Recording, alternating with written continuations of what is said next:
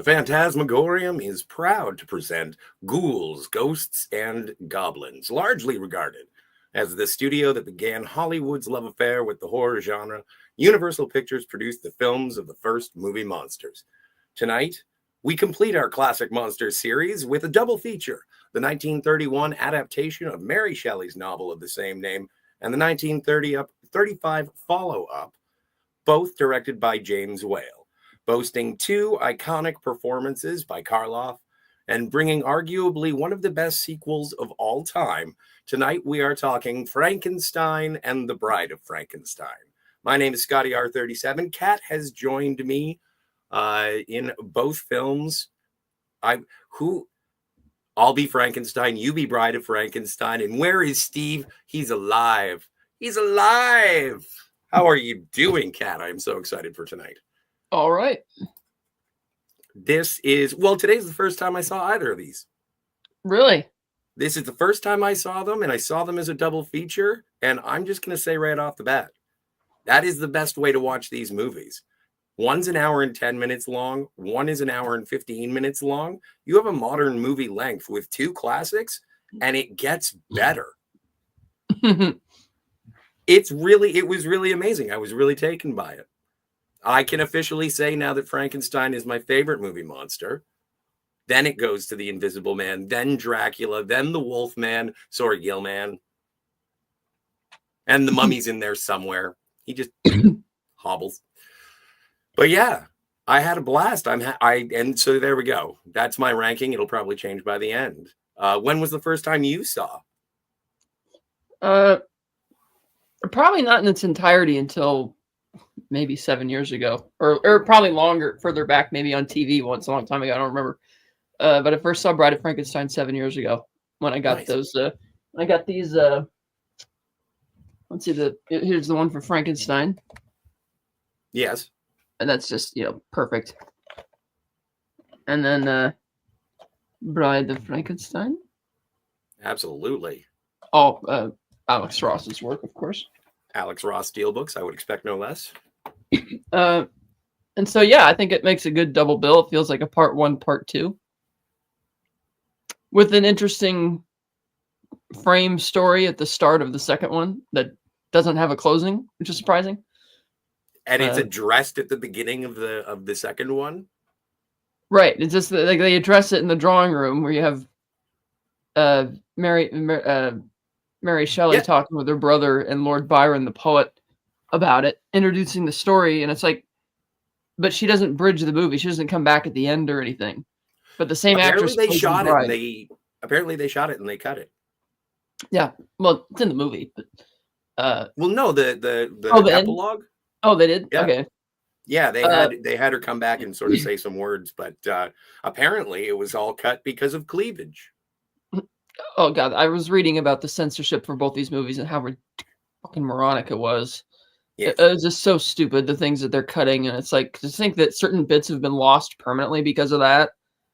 It's like you just want to go back and punch those people in the face. It's like, dude, it's like nobody cares about your stupid little puritanical bullshit. Well, no, people at the time cared about that stupid puritanical bullshit. That's what sort of developed.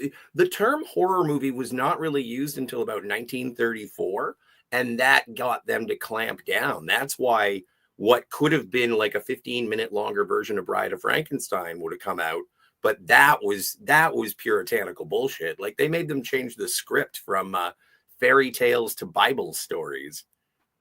Yeah. I think that's part of the interesting is that so much good got through because of the creativity. That's why I gave James Whale the shout out. So I just delving into his early career, and apparently he had severe issues with his health, and then ended his own life.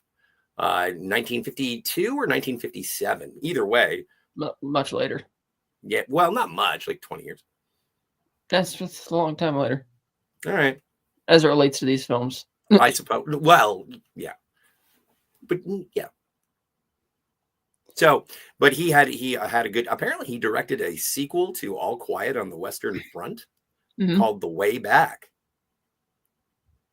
I'm just fascinated by the creativity that he exhibited and the creative freedom that he got to exert. So big shout out to James Whale.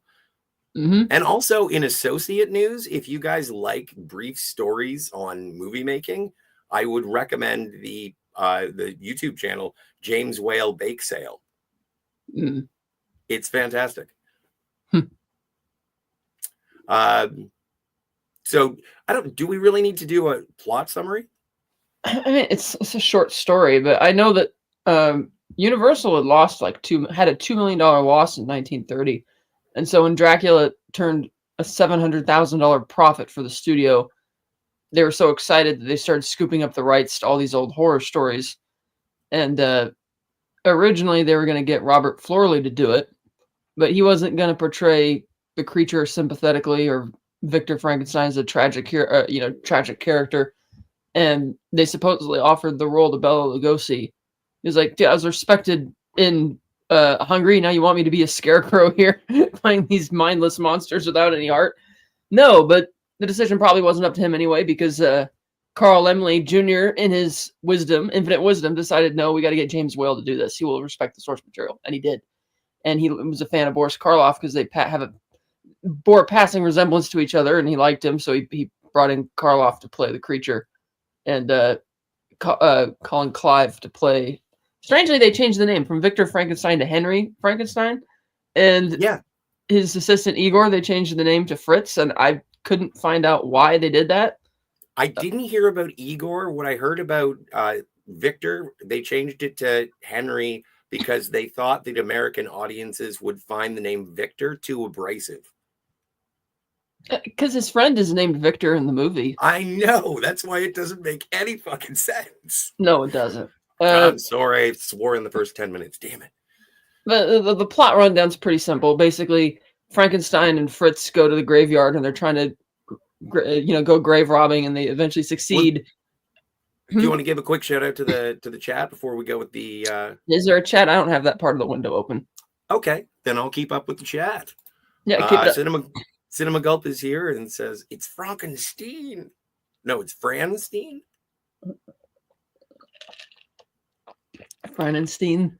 Thank you for the shout out on the cool opening, Ben from Cinema Gulp. And if you are a fan of Cinema Gulp, you should go and subscribe. I'll try and get that into the chat in a sec. And there was a Sideways review. If you're a fan of the movie Sideways, you can check out. Or you can check out the Hump Day Happy Hour from last night, where we announced it's 7 days. So that was awesome. But yes, last night was great. Check out Cinema Gulp is what I'm saying. He says, Wolfman is still my favorite, but I do understand that Frankenstein has, I'm going to start saying Frankenstein, has the most to say. I think it is campy, but also frightening. The body count is anyway, we'll get into the Frankenstein. I get what you're saying about Wolfman. Protein is here. What did you think of the De Niro remake? I haven't seen it. I've seen it. I like it. And okay. Let's see. It was much more faithful than the book than any of the other versions I saw. I mean, a lot of people didn't like it, but I thought it was quite good.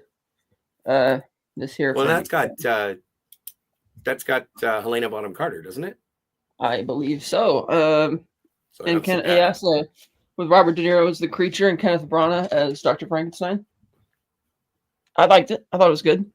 Sweet. I'll check it out. I'll put it on the list. A lot of people didn't, but yeah. Well, there you go. You found out, Protein. Trip is here. Hey, DVB. Good to see you. Hey, DVB. James Wales, The Old Dark House. Cat's favorite. No? I didn't like that one. I was kind of bored with it. And is Mary Shelley better than Harry Carey? Ooh, that's tough. That's a tough one. And Ben says, I really liked the remake. It was scary and disturbing. Well, I'm going to put it on the list. And thank you all for being. They do definitely lean a lot more into the creature's vengeance against Victor from the book. And the proper bookend in the Arctic also from the book. Oh, cool. And does he talk? I believe so. It's been a while since I've seen it. I have to watch it again. Because that was something that looking all this stuff up, they were saying that in the book he speaks. quite eloquently. Actually, they kind of use some of that adaptation in Dr. Pretorius in Bride of. So interesting. It's just interesting how much is taken from the book as well. It's not made out of whole cloth. I don't think the little people are in there. No. The homunculi. In this one, so then the first one, Henry and Igor, or Fritz, I should say, are at the cemetery. They're looking for a body. They end up taking the corpse of a hanged criminal, and they're very excited to see that it's still there. Henry then tasks Fritz with going to his old mentor's university, where he dissects bodies and everything, and Dr. Waldman, to go and find a brain, a healthy brain, and there's a healthy brain they have and a criminal brain, which I thought was kind of funny back in those type of days where they think there's something diseased about it.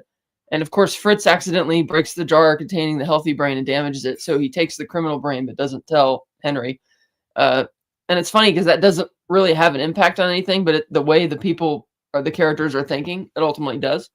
I also noticed you have Edward Van Sloan in this, who played Van Helsing in Dracula. He would go on to play Dr. Muller in The Mummy, and he plays Dr. Waldman, Dr. Frankenstein's mentor. We also have the actor Dwight Fryer, who played Dracula's familiar in Dracula, or who played Renfield, is playing Igor, or should I say Fritz. And he goes on to play a different role in Bride of Frankenstein, serving Dr. Pretorius. You're muted, Scott. You're muted. Sorry, no, he's classic Minion. It was good that I was muted. Don't worry about it. That's cool that they bring these actors back. So Victor's been in his workshop and his castle up on the hill, and it's not come out in a long time. His fiance and his friend are worried, so they go to see Dr. Waldman. They're like, "What's he doing? We're concerned. Maybe you could reach him and reach out to him." And he's like, "Oh, he's trying to create life," and talking about that a little bit. So they eventually decide to all three of them go up there on the night of the storm, where Frankenstein is getting ready to do the great experiment, and you see the laboratory, and you had what's the guy's name? Fred. I believe his name is Fred. No, Kenneth Strickfaden is the guy who designed all of those coils and everything. And apparently, one of those electric coils in there was actually designed and built by Nikola Tesla himself. That is in the lab in the original movie. And they use the storm and they summon electricity, and of course they bring him back to life. Oh, hey, Canadian Spider-Man. Are we talking about what everyone else is talking about, or are we done with politics? Always so much politics on this channel. Yeah. No, we're talking about the politics of Frankenstein and the Bride of Frankenstein. Yeah. None of that on this channel. I don't know where you got that. I think it was a joke. I think that's what the hat was at the end. He was cool. Oh, so it's funny because when you have the key scene where, the creature is starting to move and Henry's like, "It's alive, it's alive." It's a very brief moment before it cuts away. And I thought it was funny how these three people who he brought in, his friend and his mentor and his fiance, all think he's crazy. He's like, "Great, I'm two crazy people, you're three fine people, and you're going to see me do this." And it's great that he actually does do it. Yeah. But he doesn't really take much of an interest in the creature. He sees initially that it's very childlike, but then it gets scared of the fire and wards it off, and Henry mistakes that for violence and attack. So they chain him up in the dungeon and taunt him Fritz taunts him with the torch, which ends up resulting in the creature killing Fritz and hanging him, which I thought was kind of on the nose there. Yeah. And the creature ends up escaping. Victor, or I'm just gonna call him Victor. Frankenstein. That's fine. Say Victor. Yeah, he's so exhausted, he's passed out, and his fiance and friends come to help him. They take him back to his home, and it's not clear if they are aware that the creature has escaped, or if they're like, some of his friends know, but his fiance doesn't seem to know. They're getting for the wedding preparations. His own father, thought that he was having an affair rather than doing anything with his work, which I thought was kind of funny, insisting that he's going up there and find the mystery woman. But he's kind of cool. Who played the Baron Frankenstein? That was a role played by, let's see, who was that? I got it right here. Let's see, Frederick Kerr, I believe. Kerr, is that how you pronounce it? Anyway. Yeah, Frederick Kerr is Baron Frankenstein. You also had Lionel Barrymore of the Barrymore family as the burgomaster. Oh wow, Henry Vogel, the lawman in town. And so the creature has escaped. He's, fleeing through the woods, and he ends up coming across this little girl, and she wants her dad to play with her, but he won't because he's busy. So she meets the creature. She's not afraid, and he's not afraid or bothered by her. So they sit down by the lake, and you have this great scene where she's like throwing flower petals in the lake, and he starts doing the same thing, and he's excited. But when he runs out of flower petals, he picks her up and throws her in the water because he thinks she's beautiful, but she drowns, and he panics and runs away. This is all in advance of the big wedding preparations. Oh, and he has, of course, since killed Dr. Waldman. That's right. I forgot.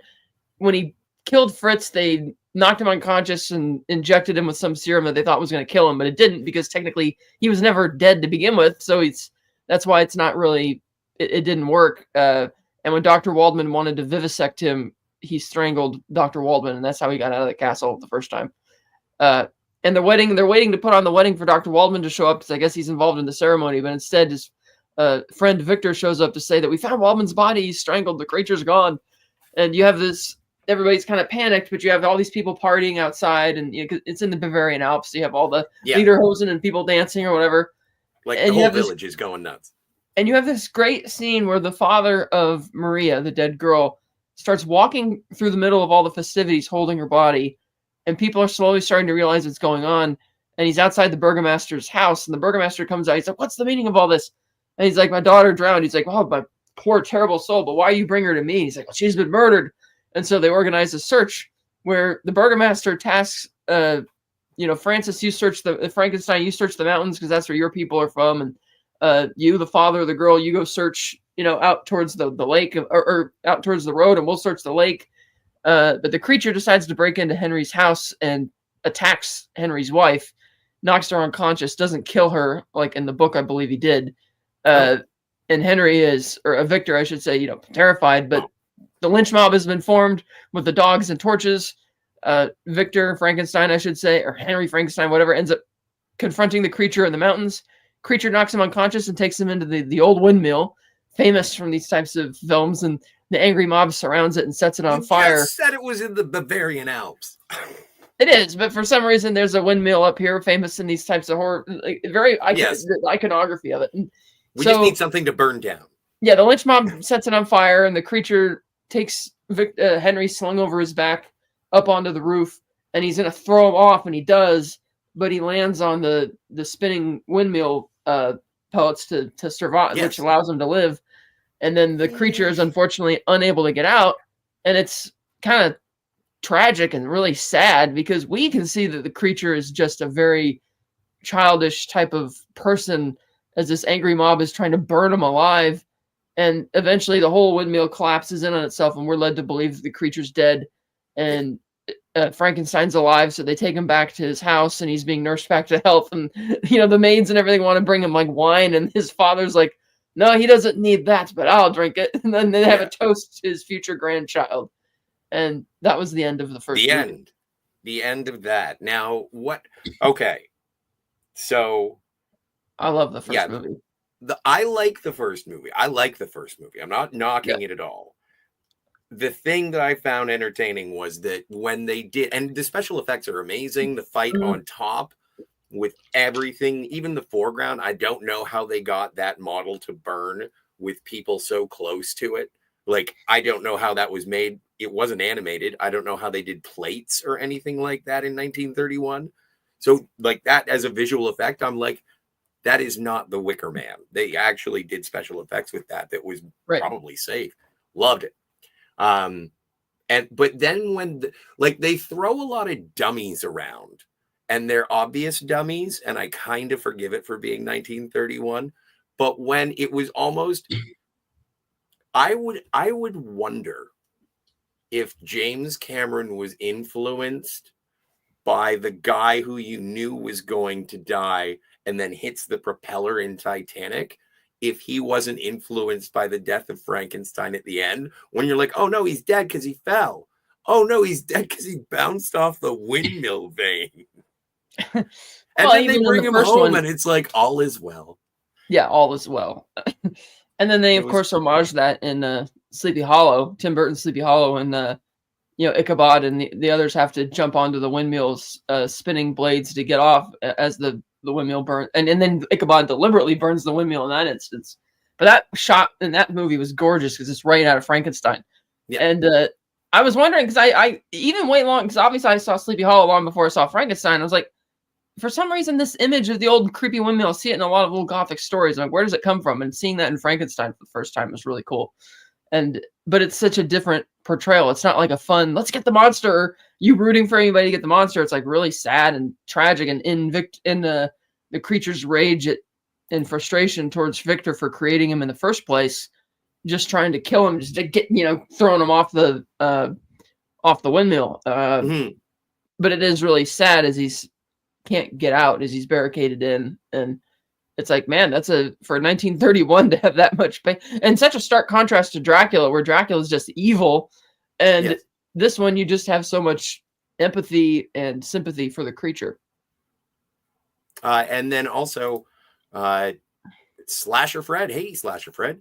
Did you know that some of the scenes in the original Frankenstein, where Frankenstein says, I know what it means to be God, and where the creature throws Maria into the lake, they were originally cut. I knew that it makes... I didn't know about the throwing the little girl into the lake, because that's always been like one that stood out. People said, oh, yeah, and he throws a girl in the lake. Yeah, I guess they thought it was too graphic, even though that's kind of... I mean, I would think the image of the father carrying the body through the town would be more graphic. Yeah. Because watching the scene by itself, she panics a little bit when he throws her in, but it's not like you see a protracted drowning scene. It's like almost immediately he panics and runs away because she sinks. But they got rid of that, or other countries tried to. But the notion when they say, oh, in the name of God, Henry, and he's like, God, I know what it means. I am God. And it's like, well, that's the whole point of the story. So, man's trying to become God and create everything. And it's funny that back then maybe I'm interjecting to something that you're about to say. Please continue. It's kind of funny back then that they had such a problem with this, because one, that's kind of the cautionary tale of the story, because Frankenstein is the villain, because in his obsession, he's not thinking about the consequences of what he's doing. And the idea that they have a problem with the guy playing God, it's like, well, in a sense, yes, he brought him back to life, but doctors play God all the time. It's like, what's the difference? Like, yes, he brought something back to life. And in a sense, he didn't bring anybody back to life. He created a life from nothing. But, doctors... he was also robbing cadavers. He was desecrating the dead. And if you believe your Bible stories... Right, but that's my point, though. They didn't... It's not like they were opposed to him doing that. It's just him saying that line was what they had a problem with. And I think what Slasher Fred is saying is that because of that, they had the problem. They did when they re-released it, they put a thunderclap over I Know What It Is to Be God. And then they thought that was lost forever. And then they did find, in an archive somewhere, basically an album, like an audio disc from 1931.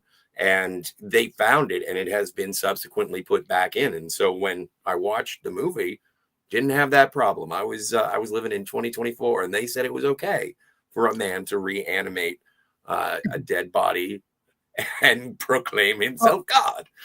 The same thing happened with the actual shot of him throwing Maria into the lake. That was lost until the 1980s, when it was found in another print in another country, and that got restored into subsequent re-releases.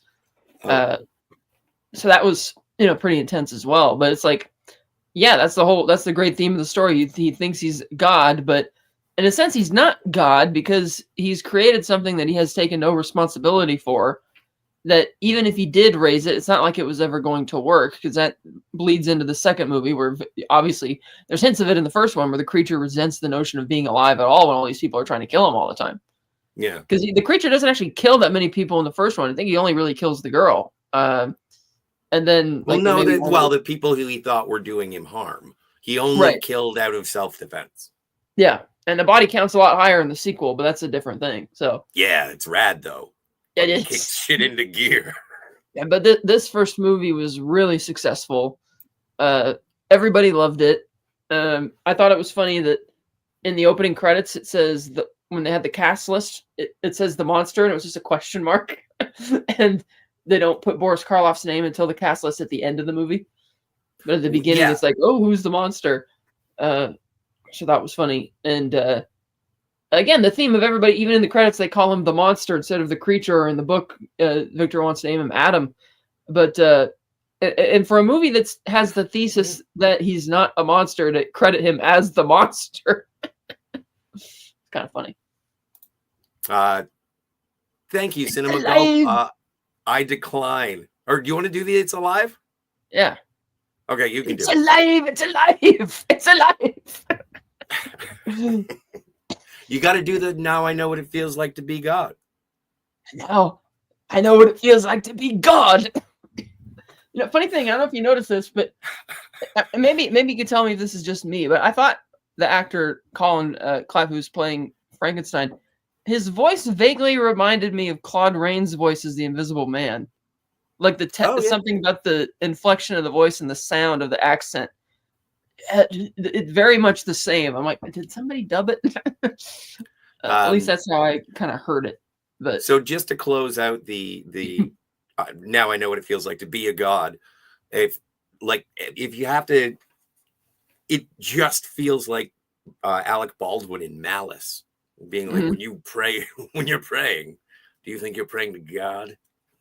I am God.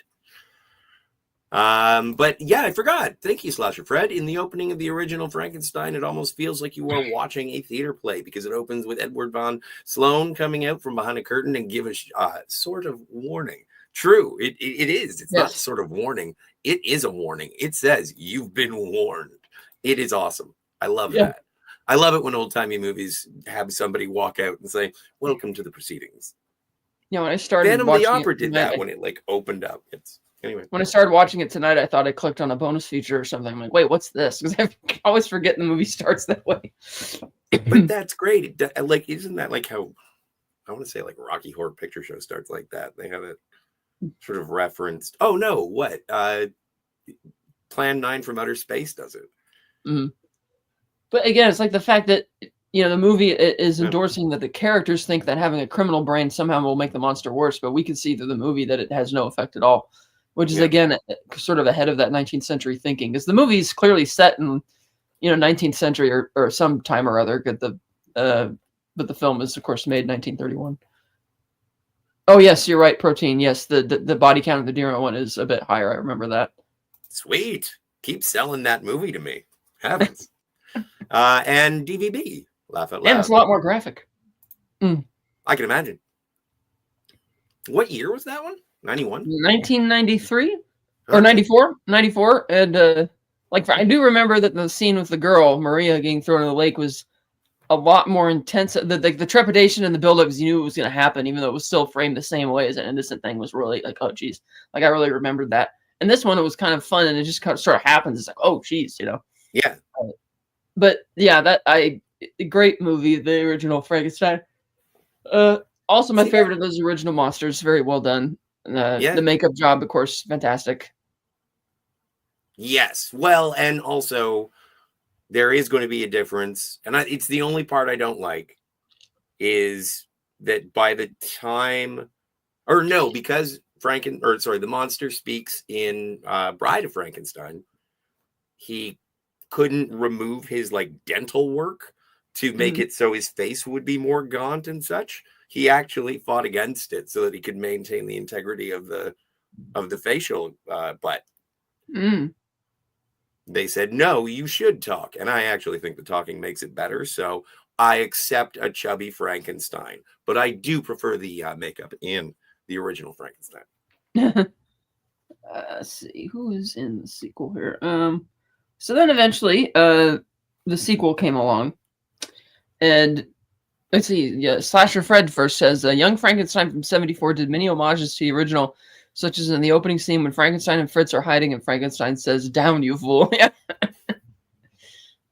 because he does treat Fritz like a dog, or a jester. Just and yes, I love the Monster Squad. So yeah, Tom Noonan. Perfect. So I know that for the sequel, James Whale had no interest in coming back whatsoever, but no. Carl Laemmle knew that he was the one, and they went through many different scripts before they finally settled on this one. And I know they had to recast the role of Elizabeth, Frankenstein's fiance, because I guess the actress was ill at the time, so they had to recast her. She was also American. Yes. They came up with the idea. The replacement was British. Yes. And they came up with the idea during kind of spontaneously that, hey, the actress who plays Mary Shelley in the cold open should also play the bride. And that was Elsa Lanchester. So I thought that was kind of clever. They also brought back... Is she like 1931's Debbie Mazar? Is she like she's very sharp looking. She's very attractive. Yeah. Like, I think that is iconic makeup. I think that's iconic style. Obviously influences so much, but she was the actress for the job, especially considering how aloof and just sort of playful she was in the prologue as Mary Shelley. But then as the bride is just such it's like, what if Data was like shorting out?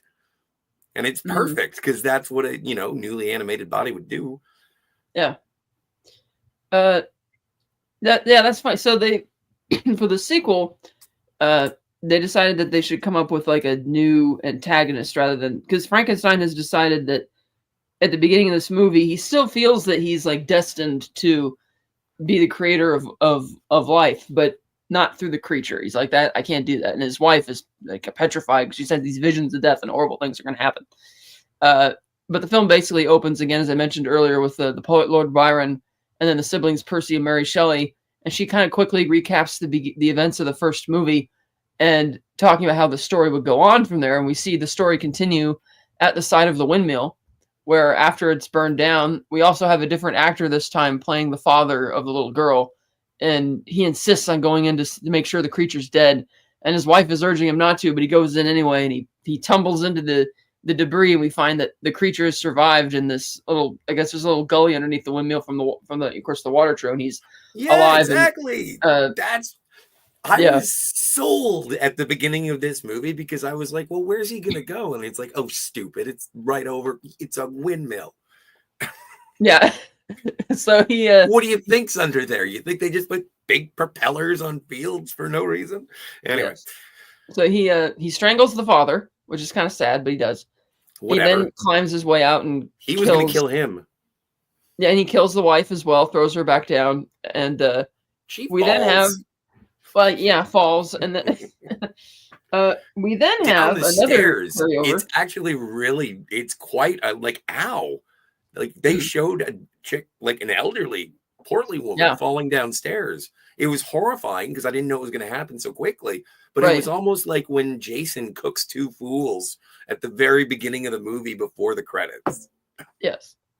We then have another carryover from one of the other Universal Monster films, Una O'Connor. Playing Minnie, one of Frankenstein's servants, as she, of course, played the lady working at the tavern, Jenny Hall, in The Invisible Man, the one who's eccentric and overacts and all that kind of stuff. Rated amongst the Irish as as the 19th best Irish actor of all time. Frequently played these types of roles, and she's, panicking that the monster's not dead and freaking out. And I love how the Burgermeister's like, "Shut up, woman," and just tells her to go home. And she's just being ridiculously hysterical and all of that. But she sees that the creature has survived, and she rushes down to warn everybody. And because they don't regard her with much, they don't really treat her very well. It's like they just think, whatever, crazy lady, and nobody wants to listen. So she runs home to find that everybody thinks that Henry Frankenstein is dead, because again, this takes place before the final scene of the first one, and she screams out loud and has this ridiculously high-pitched overreaction to realizing, lady, he's alive. And, they're relieved that he's alive and all that, but he's still got he's like, oh, this experiment failed, but I'm set on the next one. And it's not really clear how that's going to happen yet. Entered the film's primary antagonist, Dr. Praetorius. Dr. Claw. Dr. Claw. Yes, played by Ernest Thesiger. I'm probably not pronouncing that correctly. But Dr. Praetorius is familiar with Frankenstein's work, and he introduces him to his own work, the homunculi, all the crazy little people that he has created. Like he has a King Henry VIII, he has his wives, he has a jester, all these weird. It's like, how did you do this? And he's got a Satan, he's got a mermaid, he's got a horny king, he's got a queen and a bishop. Yeah, he almost has a chess set. Henry is kind of fascinated by this, but despite Dr. Pretorius's clear skills, he's like, no, you've achieved something else. Because these are miniature. You've done this with an actual human and piecing it. And he's like, no, I just pieced it together from dead body parts. He's like, well, we must do it again. The creature must have a mate. He's like, what are you talking about? Oh, the creature's alive. And Henry doesn't really want anything to do with it. And he's like, oh, I'll change your minds. And then he leaves. Meanwhile, the creature is taking refuge in the woods. And this time he actually saves a lady because he hears these sheep and he goes to investigate what it is. This lady sees him and screams, loses her footing, falls in the river, and he saves her from drowning. But these hunters hear the commotion and come along and start shooting at him. And a whole lynch mob is formed again to go after him. They capture him, and you have this very deliberate Christ-like metaphor as they're tying him up to these sticks, like in a cruciform way, as they're raising him up and taking him away to the dungeon. And it's like, yeah, all the people trying to kill their new innocent Christ who just has no ill intentions towards anybody. The Burgermeister is relieved that the monster is finally caught because it's like, oh, finally, all the village people can stop bitching and moaning about about the damn monster. And they chain him up in the dungeon. And of course, no sooner than they leave, he breaks free of the chains. And this guy, one of the guards, pulls out a revolver and starts shooting him. But of course, it has no effect. And so he actually spares one of the guards because he's just focused on barreling out of that prison. And he does, and everybody's still outside because the lynch mob had only just disbanded, and everybody's screaming and running for their lives. There's always a lynch mob in this county. And Minnie was there, of course, because she had heard that the monster was back, and she's screaming too, and rushes off to go warn Victor. But the creature decides to take refuge in the woods again, and he comes across this old man's cabin, and the old man's blind, and he could eventually surmise his right, and he's saying how for long, every day and night, he's been praying for a friend and is so happy that God has blessed him with a friend. He's like, how poetic. It's like, you can't speak, but I can't see. So the old man teaches Frankenstein teaches the creature how to talk. And what drew the creature to the cabin in the first place was the fact that the old man played with violin. And so he teaches him music. I love that he teaches him how to roll a blunt and smoke tobacco. No, he had pre-rolls. Yeah, some of that, and introduces him to alcohol, and it's like, oh, this is great.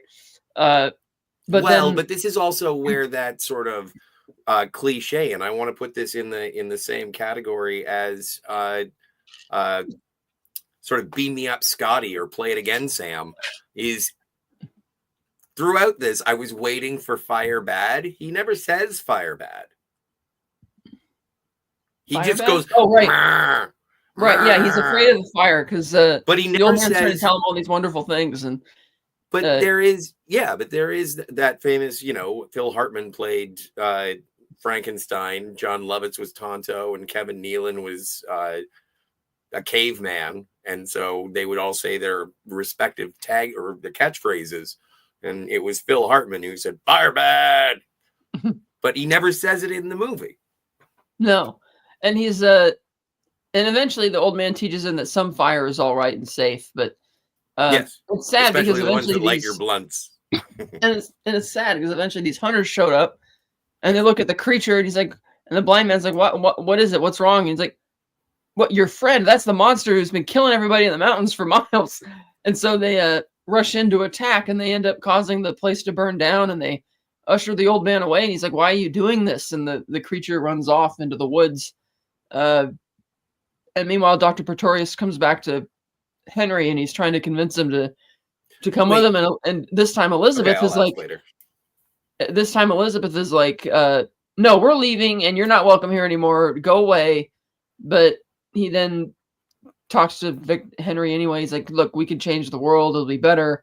And while he's distracting him, the creature, who has since come to Dr. Pretorius in the night, because he took refuge in like the morgue or something, where he found a corpse that he liked.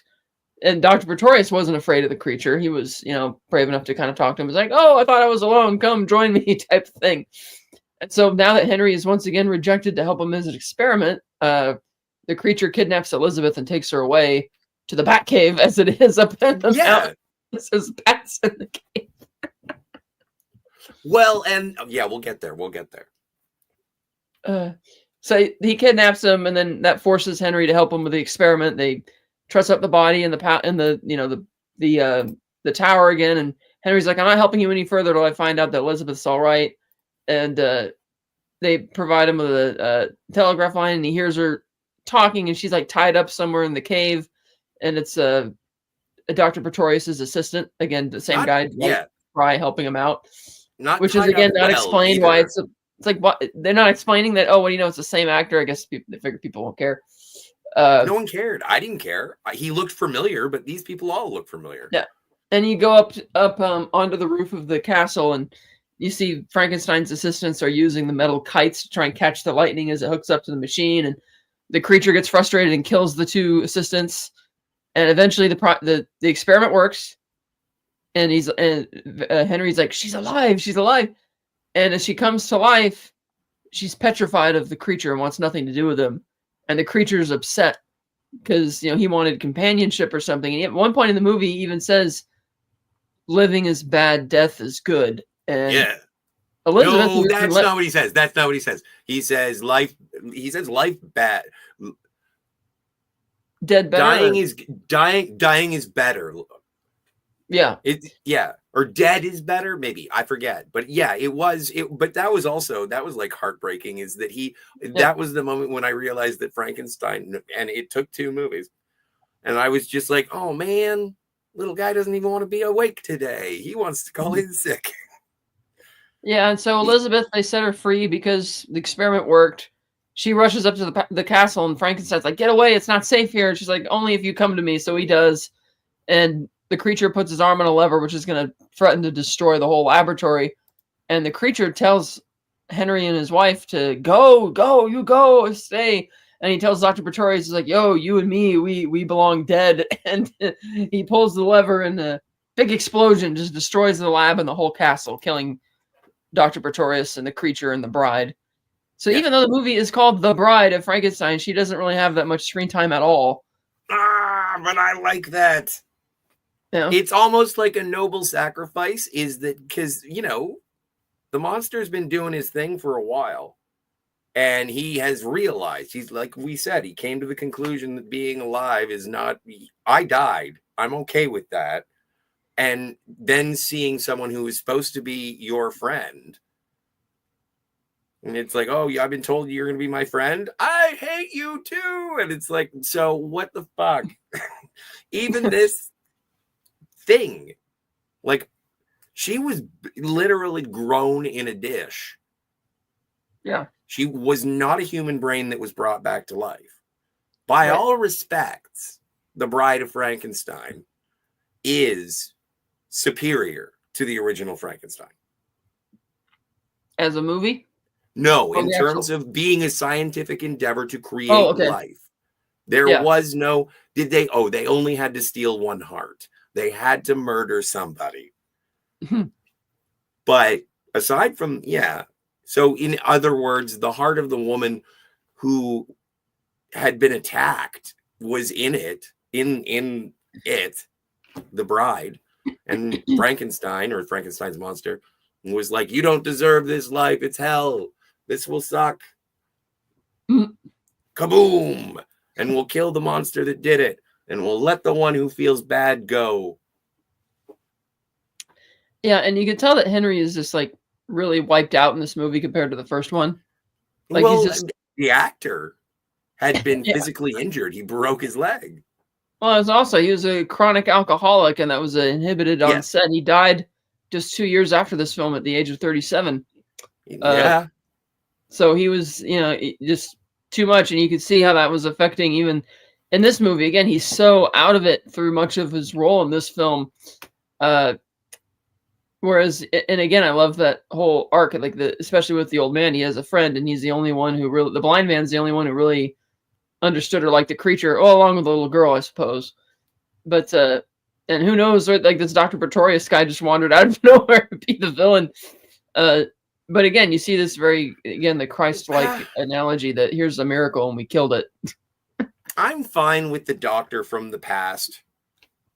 Yeah. I'm fine with like a former teacher coming back and saying, "No, you've done some work, haven't you?" It's kind of neat. I just find it fascinating that with that character, they just by the way, he's created all of these little people in these jars, and you're just supposed to like, okay, like because in Frankenstein, there's like an effort that Henry has to go through to actually make this experiment work to bring this guy to life. But there's not much explanation with Pretoria. Here's all these people I created, you know? Yeah, but that's the thing, is that he created those. Yeah. So he did actually create life. He was just like, he wanted bigger ones. Yeah. And the creature was like, his brain was a bit maturing quite a lot between the two movies. Because in the first one, he's like a little kid.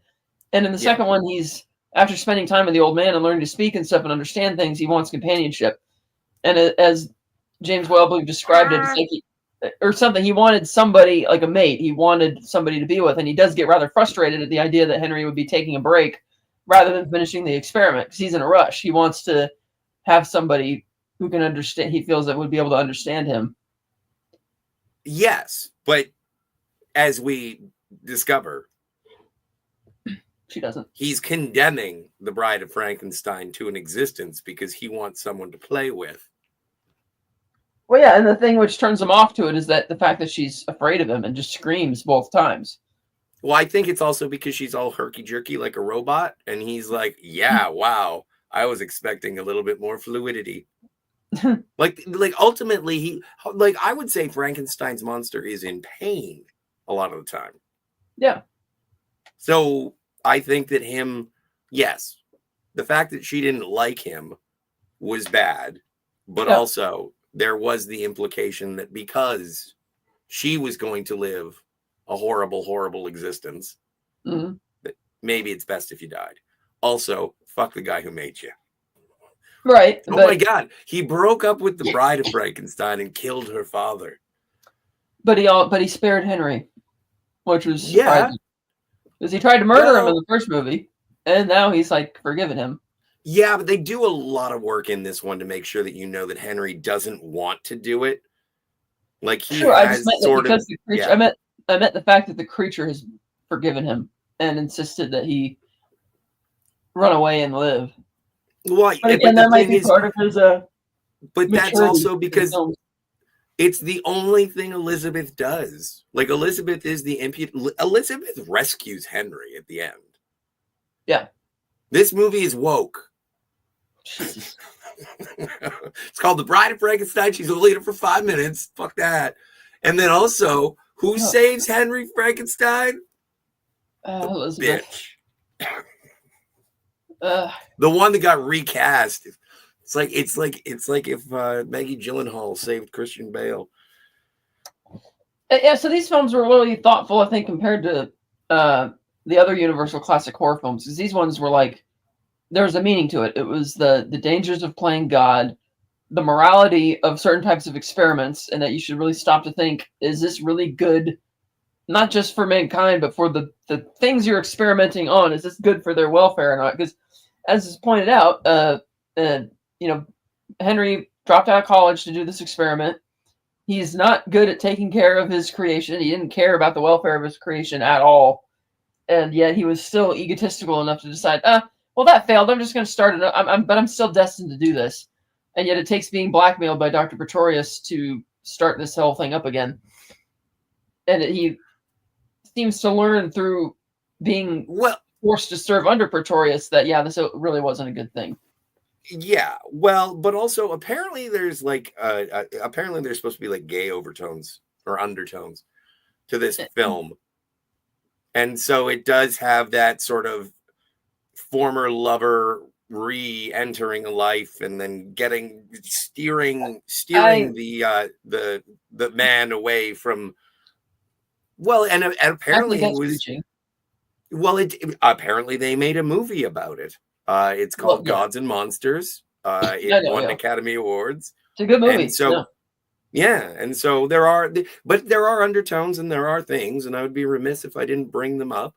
Yeah. But I didn't get them. I remembered them after the fact, and I was like, yeah, I guess if an artist had full creative control and was gay, wanted to do his thing, and could sort of slip it in there, no pun intended. Do your business, sir. You're an artist. I don't care. I didn't catch it.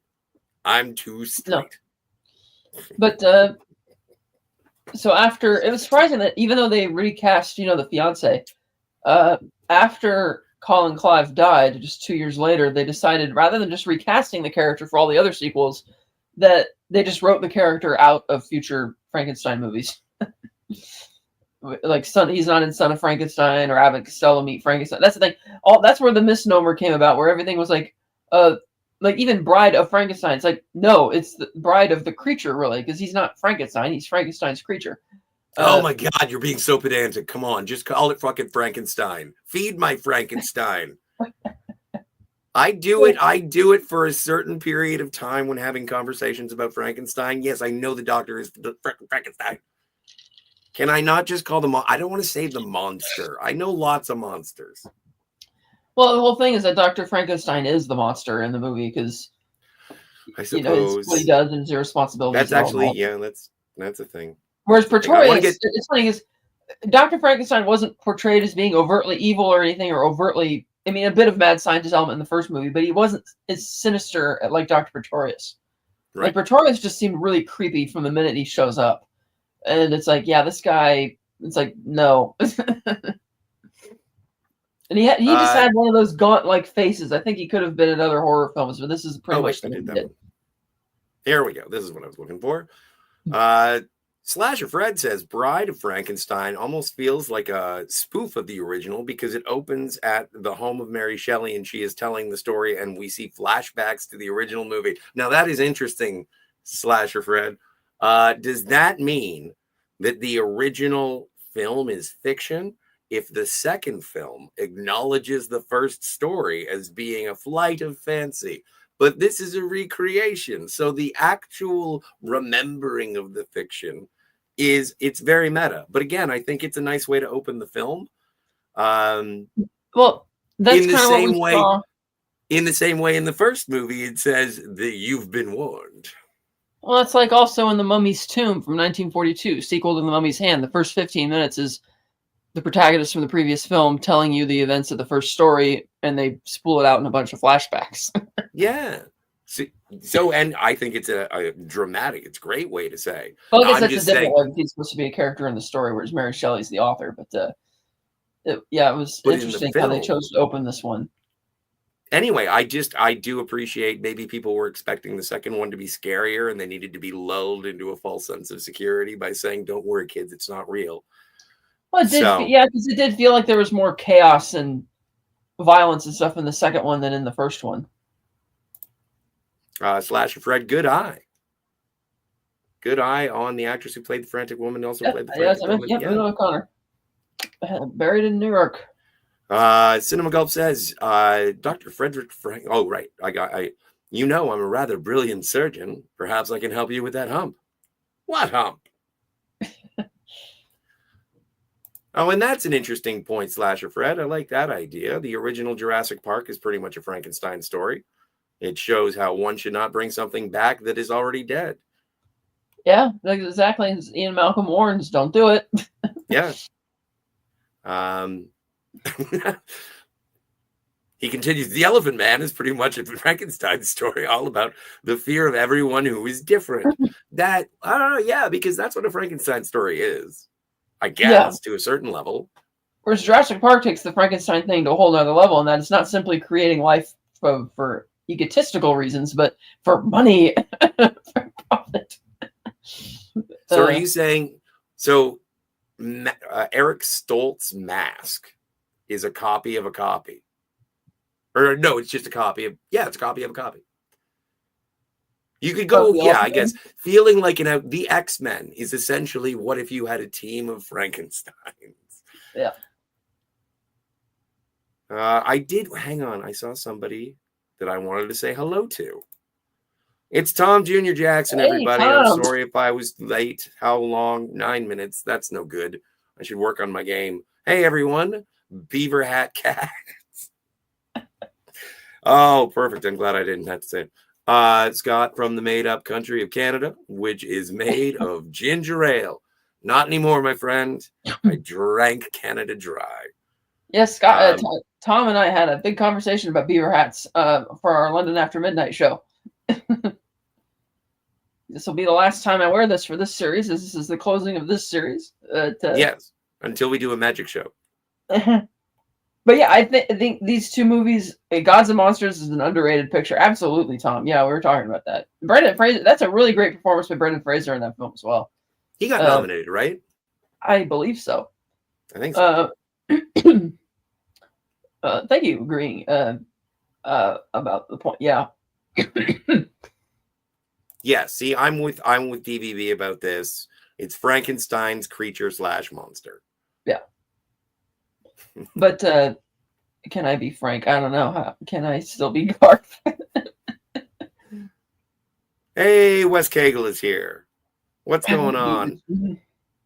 That is good news. Do you like Frankenstein? We're just sort of finishing up. I don't know. We'll keep talking about Frankenstein until the time passes. I believe this was one of James Whale's last films. Unless I'm thinking of somebody different, the guy who became a recluse in Malibu for years after his wife died. Is that James Whale? Let's see. Yeah, 1957 is when he died.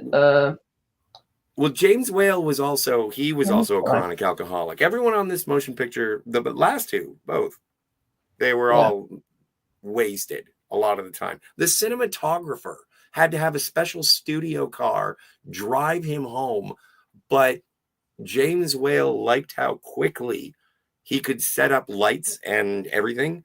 And so he was like, okay, and if you have this efficiency when you're pissed, that is fine. We do not mind. Because he would still be able to do it when he was absolutely wasted. Mm. Yeah, made one of the best sequels of all time. So whenever anybody tells you drugs are bad, don't believe them. Yeah, his film career ended not long after this. Oh, that's right. He drowned himself. So that's not the same guy I was thinking of. No, James Whale. No. Well, he did. He left a suicide note. So he left a note. He said, "To all I love, do not grieve for me. My nerves are all shot, and for the last year I have been in agony day and night, except when I sleep with sleeping pills, and any peace I have by day is when I am drugged by pills. I've had a wonderful life, but it's over. My nerves get worse, and I'm afraid they will have to take me away. So please forgive me, all those I love, and may God forgive me too. But I cannot bear the agony. It is best for everyone this way. The future is just old age and illness and pain. Goodbye, and thank you all for your love. I must have peace, and this is the only way." Signed, Jimmy. That's really sad. Wow. Holy moly. And you know what? For a man who went through several strokes, I would say that drowning yourself would be a relief, because and in a lake, no less. Yeah. That's business. That's tragic, but yeah, but it doesn't that film, sound like you regretted it. But and Ian McKellen played him in that film, I believe. He was very good in that. Check it out, Gods and Monsters from in the 90s. In the 90s. That's right, Todd Browning, I think, was the one I was thinking of. That's right, Todd Browning was the one I was thinking of. He's the guy who retired early and just after his wife died went into this depression and for 20 years became a drunk living recluse in Malibu. It was very sad. But I don't know. It wasn't. That's right. These are the Universal horror films. Never mind. I was going to say the movie Freaks, but that's a Warner Brothers film that Todd Browning played. Yeah, very time. I don't know. I feel bad. Henry. What was the actor's name? Colin Clive. Colin Clive dying at 37. That's too young. I can't believe I outlived him. Yeah. And isn't it true that back then certain alcoholic beverages, like even the same ones we had today, were a lot stronger? I don't know. You'd have to ask Judy. Like, for instance, if you had a Sam Adams beer back in the 1930s, I think it would be a lot stronger than the ones you get today. I think that's well, that would just kind of like how Coca-Cola used to have actual cocaine in it, you know? No, I think it also has to do with the filtering and how much sediment there would be in the kegs. And so things still ferment when that happens. But now with the filtration process and metal kegs, things are pretty uniform. Trust me, I know how that works. So I did see a special about that at the time, saying people like the founding fathers and the type of stuff they would drink was just like, oh my God, they could drink anybody under the table today, like back in those days. Well, and that was the weird thing about Frankenstein is that he meets the hermit, and it's like, here, have bread. Okay, thank you. Here, have wine, and it's like, okay, that means that there is no fresh water around. I'm assuming. I guess Frankenstein gets introduced to his first beverage by or he wine. shares the wine because, like he said, he's been praying forever for a friend, and he's trying to coax him into saying, "Here, try this really nice wine I've got." See, and that's maybe that. I think that's what sort of undermines the "I need a friend" thing, is that he had a friend. Who, the blind man? Yeah. Who was his friend before the creature showed up? No. Hang on. Two things about that. So you're saying that Frankenstein's monster was influenced by wanting companionship? Well, in the second one, towards the second half of the movie, he's on board with Dr. Pretorius's idea of wanting a mate because he's very frustrated when Henry's taking breaks because he wants him to speed up the process. So he's very invested to make the car. He just wants this abomination of God and man to be created. But what I'm saying is that his motivation, it was ripped away from him to a certain extent by he had a friend. That's why he was introduced to the concept of friendship. And for the rest of the movie, he's arms outstretched like a zombie being friend. And everyone's like, no, dude, you're coming on too strong. Well, he does teach him that too, yeah, friend. The old man teaches him that. Want to say hello to Affinity R37. Good to see you, pal. Yeah, that's true. You do have to suspend your disbelief when you meet all the little people in this one. Yeah. Not like actual little people, but like, the homunculi. Yeah, you keep calling them that. I like that word because it makes it seem gross. That's what they're called. That's what they were called as a popular idea in science fiction and literature in the 19th century. Really? Yep, homunculi. But it's not in the book. Well, no, because the Bride of Frankenstein isn't based on a book. It's a sequel. Oh, a completely original work. Thanks, Tom. Yeah, Bride of Frankenstein is the final film of James Whales. Also, the first Frankenstein, aside from being based on the book Frankenstein, it was also based in part on a German film called The Golem from 1920. Or it was a novel first, a surreal novel based on Jewish folklore, adapted as a silent German film in 1920.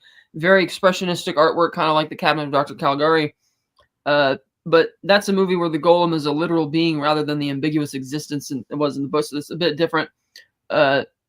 But that's another film that inspired it, that they took a cue from in terms of how it unfolds. Because obviously there were substantial changes to the Frankenstein movie as opposed to the book. And Cinema Gulp is absolutely correct. Prohibition pretty much created moonshine, which created cocktails. Yay.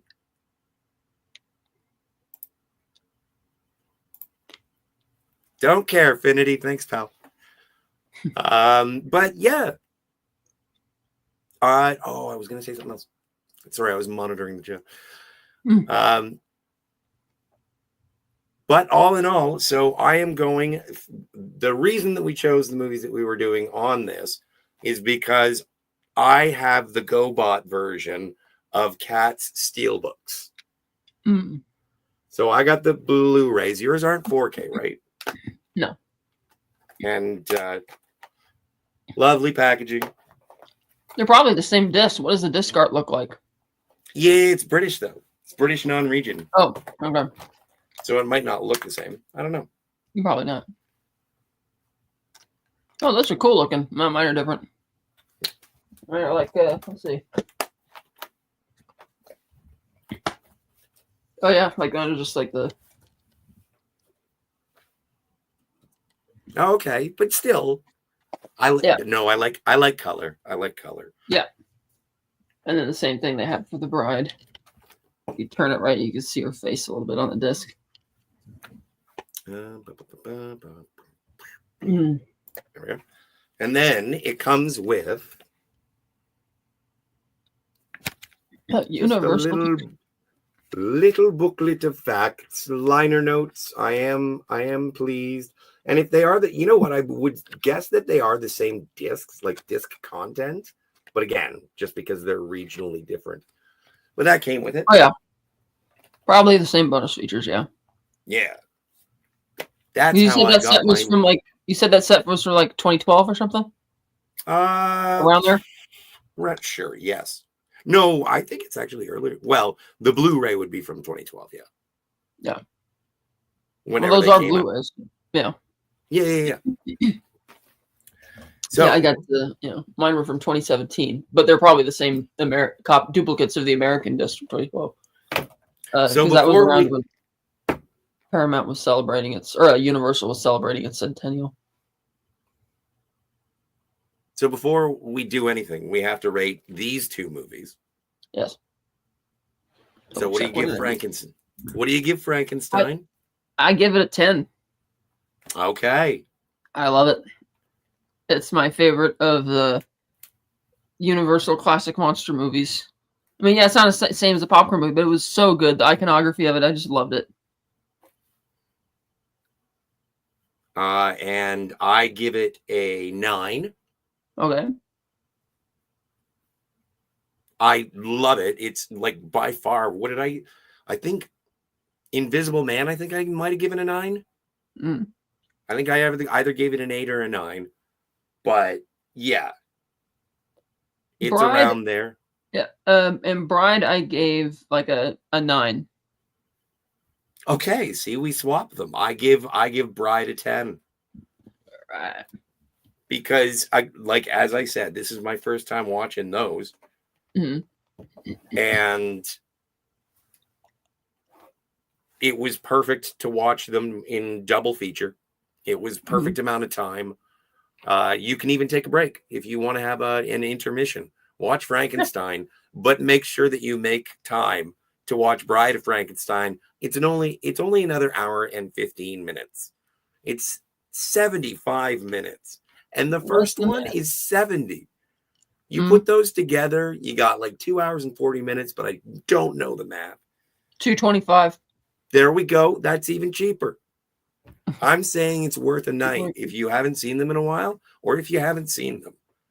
It just keeps getting better. It is an excellent double feature, and I am a fan. And they're both paced very well too. They don't feel like short movies. They feel like you've watched a substantial film. Yeah, but you haven't been rushed through it. Right, and I feel that it'd be great if we could go back to doing that, like double bills that way. Like 2 for the price of 1 for 2.5 hours. Get 2 movies instead of 1. Well, now they only announce trilogies. So do you have based on your collection, because we're going with Dracula, Frankenstein, Mummy, Invisible Man, Bride of Frankenstein, Wolfman, Phantom of the Opera, Creature of the Black Lagoon. Do you have an order? Gosh, I think I know. It's unreasonable. Well, I'll tell you what I put at the bottom. The very bottom would be the 1943 Claude Rains Phantom of the Opera. I know you hate that one. Yeah, I didn't like that one. Followed by probably the Wolfman. I like. Wow. I think there's a significant step up between those two. So the Wolfman. Then I'd follow that with Dracula. Followed by the Mummy, and then or not the Mummy. Bride of Frankenstein, and then the Mummy. Oh my God! Then the Invisible Man, Creature from the Black Lagoon, and Frankenstein. I think I'm trying to remember all the titles. Oh, Phantom of the Opera's got to be in there. The original. That's got to be maybe right beneath the Mummy. I needed to pull this up on a visual so I could see it. I have a box. I can't see. I can tell. Well, I can't tell you. So Frankenstein is my favorite, followed by The Invisible Man, followed by Creature from the Black Lagoon in third place, followed by The Phantom of the Opera 1925, or followed by The Mummy, followed by Phantom of the Opera 1925, followed by The Wolfman, the Dracula, followed by The Wolfman in 7th, and then 8th would be, I believe there's 8 of them, right? 8 would be Phantom of the Opera 1943. Yes. Okay. I think that's a proper order. But even then, that's kind of a loose order because, like, I guess it kind of depends on what you're in the mood for. Couldn't remember all my ratings. I didn't think about Where the was fact we had Bride? ranked Where them. was Bride? I put that. Let's see. There's Frankenstein. Let's see. Frankenstein, Invisible Man, Mummy. Okay. I think it was fourth down. Fuck. No, See, it's, you know what? it doesn't matter. Yeah, exactly. I don't know why I'm writing this down. Yeah, But yeah, I would say, yeah, I forgot about 25 Phantom. Bottom of the list. I'm gonna go from favorite. My favorite is Bride, followed by Frankenstein, followed by Invisible Man. Mhm. Followed by what was it? 45 Phantom of the Opera? 43. 43. Then I'm going. Oh no, wait. Dracula, then Phantom, then the Mummy, then Creature. Or Wolfman, then Creature. Okay, so that's 8. Or yeah. And then Phantom 25 down below. Well, no, Phantom 25 is kind of a special feature. It's interesting. This Saturday, in my neck of the woods, they're doing like an orchestra presentation of the movie. That'd be cool. I did that twice for Yeah. Nosferatu around here. Yeah, but Phantom of the Opera, how long is that movie? The 25. Like 2 hours.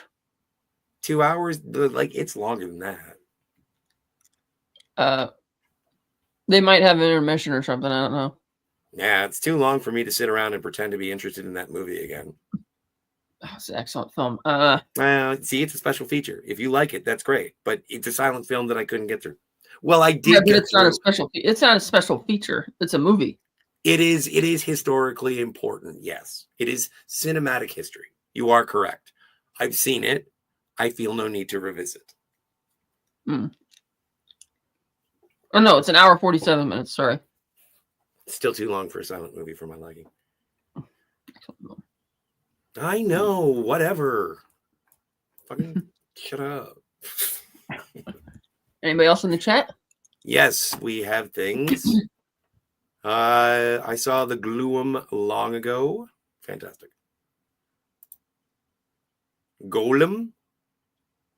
Thank you, Finity. Trip says it crazy that original book was from the late 1800s. Well, the original book Frankenstein's from 1818. Oh, yeah, it was credited old. Credited as being one of the most first science fiction books. Oh yeah. Tom Jr. Jackson has the big box set. Nice. Call me dorky, but I love that the Universal Monster logo is so perfect. Is that specifically the one with the airplane that goes around the world? That's the Universal logo. I'm not sure if that's the Monster logo. The monster. Well, of course. And the other thing we didn't mention is the whole thing about the whole Prometheus allegory. Obviously, with Dr. Frankenstein has creation turning against him, everything just not working and being terrible. Oh, Wes Cagel's given Frankenstein an 8. Never watched The Bride. Oh, it was published New Year's Day, 1818, 206 years ago. Wow. Famously written on the banks of where was that river or that lake? That's right. They went to Geneva. The Striking Doors was 18. That's right. Yeah, it was in Geneva by the Lake Geneva there. I think the cottage is still there where she pitched the story.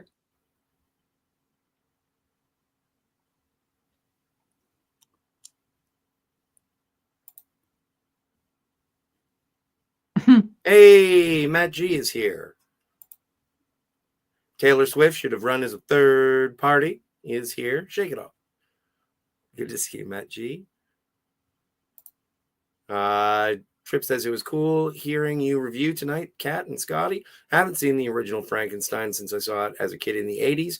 Now I must rewatch it. They've got to be. Well, actually, you know what? I haven't even looked if they were on YouTube. Because the box set. I wouldn't. Oh, that's a good question. Because I know the silent ones from the 20s are because of how old they are. But I can't. That's actually a good question. I don't know. I don't think it's in the public domain. Oh well, that's also cool with the Blu-ray. The Blu-ray set is. I have the 3D version, not like you can watch it, but because it was upscaled and converted to the wave of the future, which was known as 3D television. God. Remember when they used to give you like the stereoscope cellophanes? And you could watch movies with those. That was kind of fun. Oh, Ben's with me. Phantom of the Opera is way too long. I disagree. I love it. I know you did. That's cool. That's fine. And I love the 43. Oh, crap. The 3D version, Tom, of Creature. Do you have the stereoscope or is it a 3D TV? That's a good question. Agreement from Trip. Oh, 1818. I thought it was later. Yes, you're right, Kat. See, and I've never read the book. I'm checking to see if it's online here. Wes Cagle, that's why you got to check out Bride of Frankenstein, because it kind of does a little self-referential scene. That is correct. Wes Cagle did write it while they were on holiday. And because it was 1816 when she wrote it, it was because they were like holed up in an inn on vacation, and it was terrible weather out, and so they decided to have a writing contest. I don't see it here.